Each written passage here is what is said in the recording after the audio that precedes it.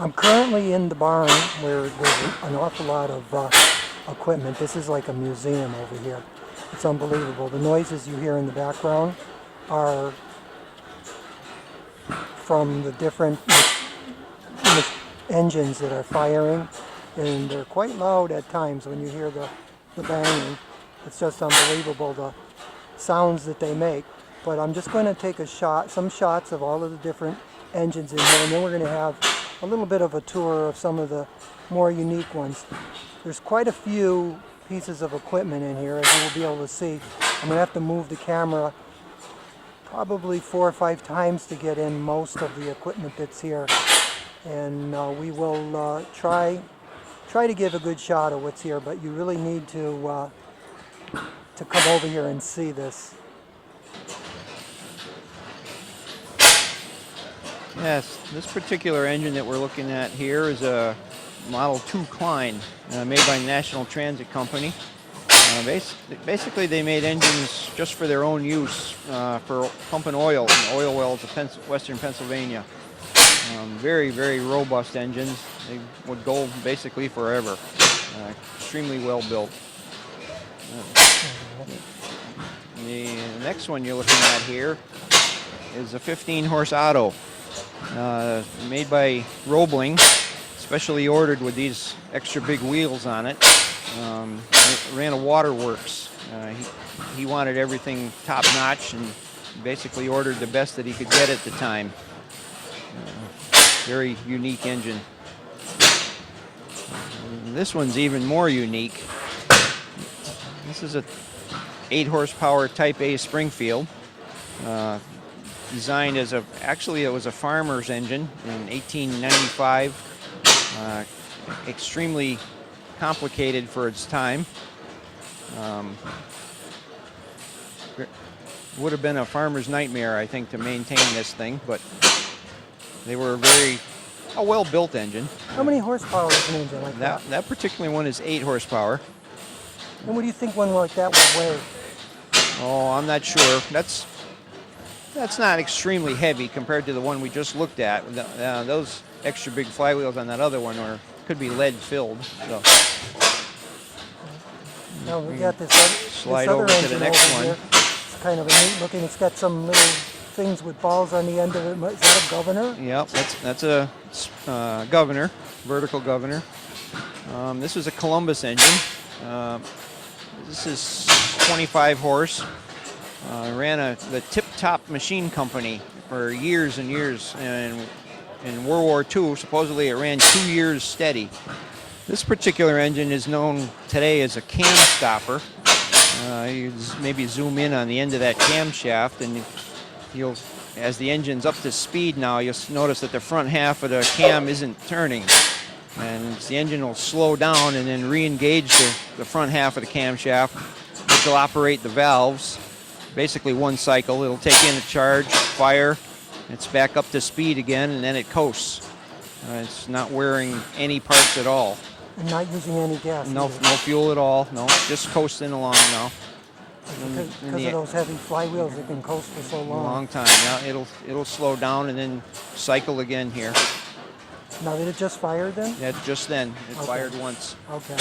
So now we're going to go on to this next engine. Which yep. The next one isn't running right now. It does run. But that's a 25 horse Fairbank Morse Type N producer gas engine. To the best of our knowledge, that's the only one known to exist. That ran a broom mill in West Virginia, making brooms for years and years. That's a nice running engine. I hope we can start that up pretty soon. Okay, this particular engine is known as a New Era. Again, that was a very well-built engine. This particular one is a work in progress. It's still covered with its oily, dirty working clothes, but underneath it is all the original striping and lettering. We hope to get that going within another year. Very nice engine.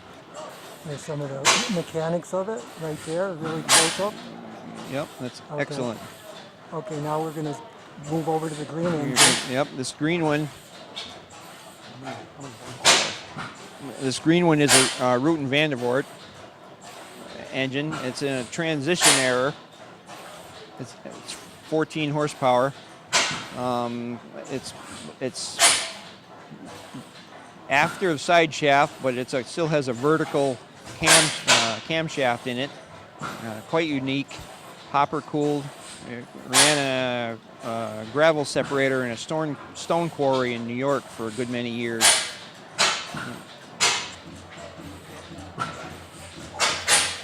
This particular engine is an International Harvester. It's an 8-horse hot tube ignition. It also had an igniter. You could run either, but this particular one is early enough to have hot tube. This engine actually belongs to my son, Steve. It was pretty well a basket case when he got it. But he worked on it a long time ago, a good many years, and got it up to its present condition. What we'll do is we'll try to give a brief description of some of these. It looks like these are ones in a work progress. Yeah, the rest of these I would skip. Yeah, they're ones you're working on to fix them up. Fixer-uppers there, I guess. Yep, all of these are work in progress engines. Yeah, this one here, and then there's a couple more over there. Okay. Okay, this is a 1910 11 horsepower White and Middleton engine. It was restored by Bob and Steve Uphams. They're the folks that have this barn here and put on this show for us. It was restored back in 2000. It's a very early American-made engine. You might hear the distinctive sound of it. That's one way you always know a White and Middleton running. It's got a deep, throaty sound. This particular one happens to be a gasoline-driven one. Most White and Middletons ran on gas rather than gasoline. It's hit and miss, igniter fired. You might notice the fly ball governor spinning around in between the spokes of the flywheel while it's running. It's a really nice, classical American engine. And there it is. There's the thing, the flywheel. Now I'm gonna scoot over to these other parts. Maybe you can explain. It's giving us a little trouble here. Sounds like it wants to die on us right now. Let's see if it decides to get a little punch of fuel. What is that little thing going in and out? That's what we're seeing right there is the rocker arm for the exhaust valve going. We should be seeing that brass part should be punching forward right now, giving it a shot of fuel, but something's sticking and gumming up on it. Right there, typical of, unfortunately, what these old engines are all about. Sometimes they run great, and sometimes they act up like this. Okay, thank you very much. This engine that we're looking at here, this gray Cushman, is actually the engine that started this entire collection. This belonged to my grandfather. There was 4 generations in this hobby with us. We're kind of glad to have this here. Okay, now we'll go on. There's this other one to the left. This one next to it actually was my father's first engine. It's a little 1.5 horsepower Hercules. He's had this. That was under the bench when I was a little kid. And now I see all these other engines in here. They are part of your collection, or they? These that you're scanning by here now, these actually belong to my father. There's a few in there that are ours. My son has a couple. The red one in the background is my son's. It's a domestic engine. What is that little? And this little black one that you're looking at here is known today. We call them 8-cycle air motors. Wow. It's a typical 4-cycle combustion, but then instead of starting over, it coasts for another 4-cycle, and that's the cooling. Is just the air rushing in and out of the cylinder. I see the fins. Is that part of the cooling? The fins dissipate the heat, and there's no fan, there's no water, there's no nothing. That was known as a windmill supplement engine. Okay, so we're just going to come back across here, and we're going to try to get a little shot of some of these to the left. I see a table, and it has some smaller engines. Are these are replica engines, or are they? This particular one you're looking at is a. And then the green one. The back end of a 6 horsepower headless Wit. And then we'll scan over to the left here. Okay, we're over here. And then on top of the table here is just a few models. There's a model of a Type A Springfield, little Abernac 1/3 scale model of an 8-horse Abernac. The thread spool there for making for shoelaces, sewing? and yep. And the ones on the ground are various farm engines for any typical small horsepower requirements on a farm. No, I see Corn some. grinding, butter churn, stuff like that, pumping water. Okay, I see a funny machine, or a really weird machine over here.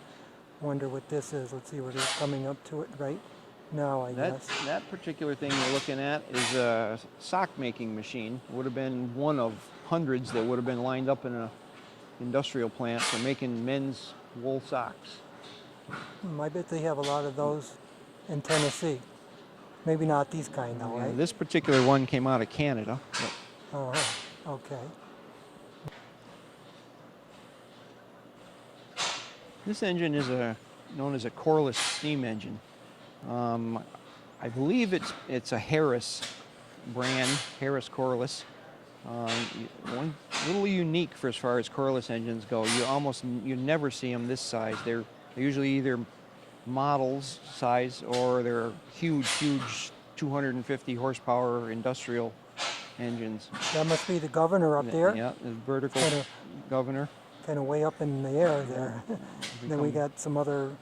This is It scoot has the down here dash to pots and to some of these parts that you can there's see. your valve set. And Okay. The flywheel on this particular engine is lead filled. Huge. It's Yeah. extremely heavy It looks heavy, boy. for its size, and it'll coast along pretty good. Okay, now we have this other. I think we're gonna move the camera. This steam engine is a horizontal slide valve stationary mill engine made by Kendall and Roberts in Cambridgeport, Mass. in 1876. This obviously ran one of the small mills in eastern Massachusetts during the heyday of the Industrial Revolution. A very nice piece. I'm going to eventually set this up to run line shafting in this building.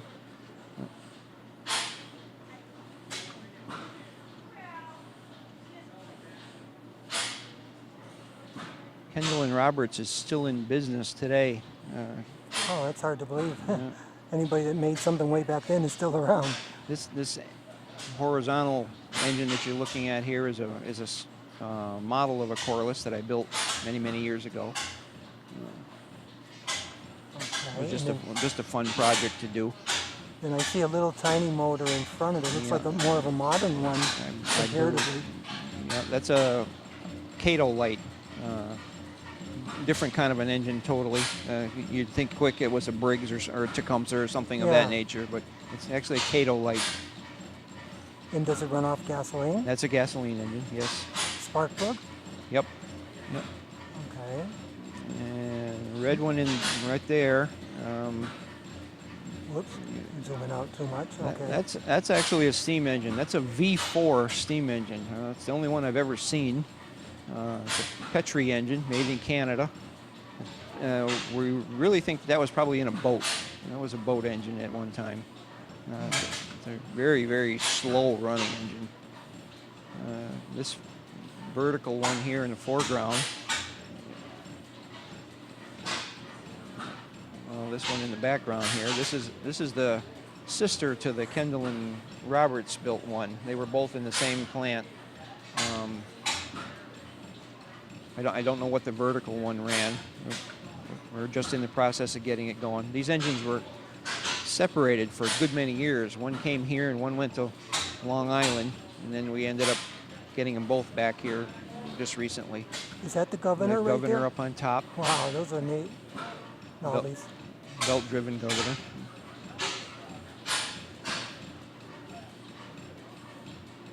And then we have, now that machine that's in the back, that's not an engine, that's some kind of a, This engine is a vertical steam engine.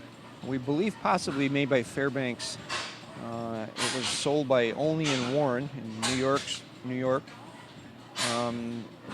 This engine, I know for a fact, was used as a teaching aid for a good many years. It had been made into a cutaway engine to demonstrate to students how the engine actually worked internally. And I've since put it back to where you can run it and power something with it. This engine is a 2-horsepower domestic.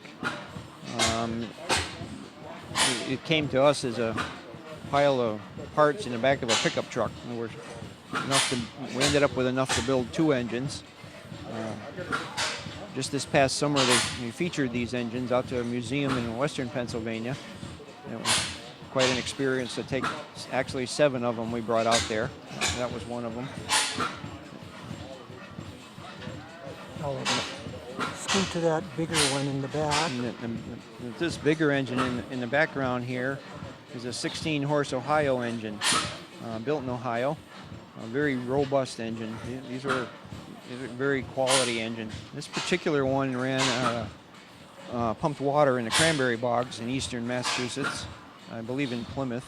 But Now this one is for 16 horsepower. It's been comparatively small compared to some of them that you've been showing me. How many horsepower? The horsepower ratings now, it doesn't seem that, it seems like that 16 horsepower would be a lot more than a 16 horsepower rated engine now. Is it, or is it just because it looks so massive? that's because it is so massive, and it's not so much the horsepower, that it's the torque that's behind them flywheels. It's just tremendous amount of torque. So they can do more work than a 16 horsepower Briggs & Stratton engine of today's day. It seems like an engine like this could do a lot more work. Yeah, absolutely. There's much more torque here.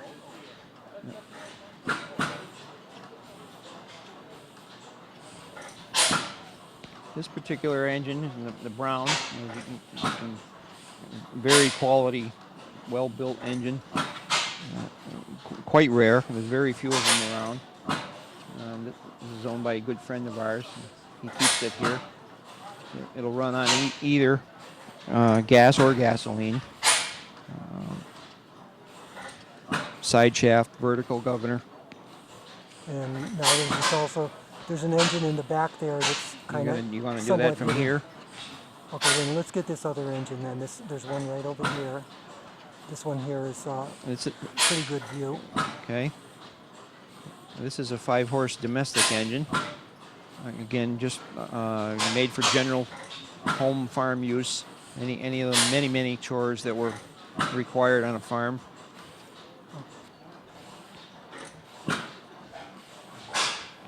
This is another auto engine that we have here. This is a 6-horse. A little bit of an interesting story with this engine. This is one of 2 that were on an estate on an island in the Adirondacks. This particular one pumped gray water from the estate, which was something that was unheard of back then. Most people had an outhouse, and this actually took care of it. And its sister engine is... Okay, we're gonna just go over some of these other engines. We're gonna go right over to the sister.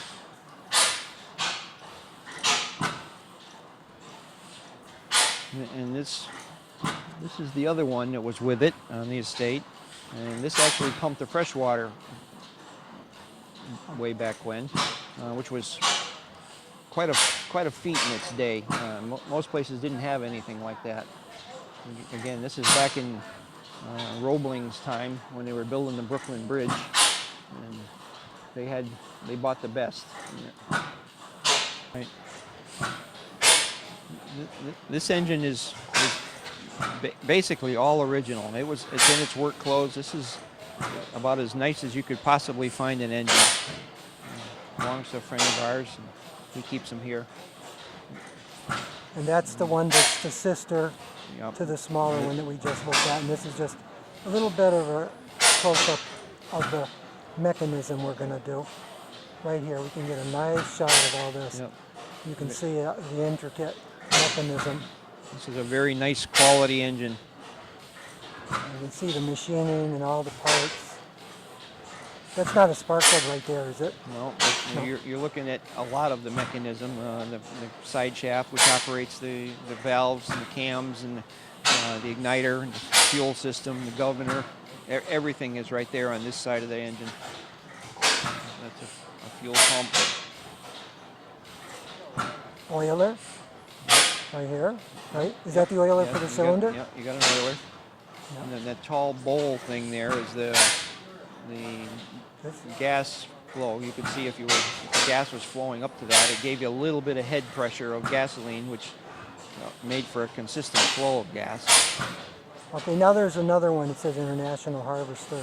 And that's the water cooler right there, I would take it. This is known as a screen cooler. Um, it would thermal siphon, and the water would come to the top of the screen and run down, and the air going through it would cool the water off to keep it going. This engine is a skidded engine, which you don't see very often. All original in its work clothes. Very nice engine. This is one of two 1/3 scale model Abernacks of an 8 horsepower that I've been building over a good many years now. We're slowly getting there. I have had them both running. A few more little details to do on it. It'll be complete. Now, when you say scale model, what is it? Is the horsepower scale directly rated to the scale of the size too? Actually, it's not. You can't scale horsepower that way. I don't know what you'd actually end up with. It would be probably a fractional horsepower of some sort. Okay, and then we have a few more engines in here that are. This is an Olin engine, made in Titusville. Did they make boat motors? I don't believe so. No, this was made for oil field engine work, for basically pumping oil out of the, western Pennsylvania oil wells.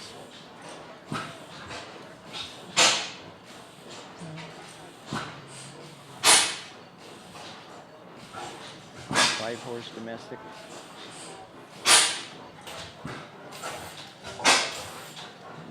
This is a little, I believe it's 1 horsepower domestic pumping engine. Very, very heavy for the size. It's back geared, a little different style pump for a domestic. And then over here we have another domestic on a mudsucker, or otherwise known as a trash pump for pumping water. And this is a Foose engine. That's a different one. That's a different one. Yep. Different shape and everything. Is that still a hit or miss? Yes, it is. It's a hit and miss engine, and it has wipe spark ignition.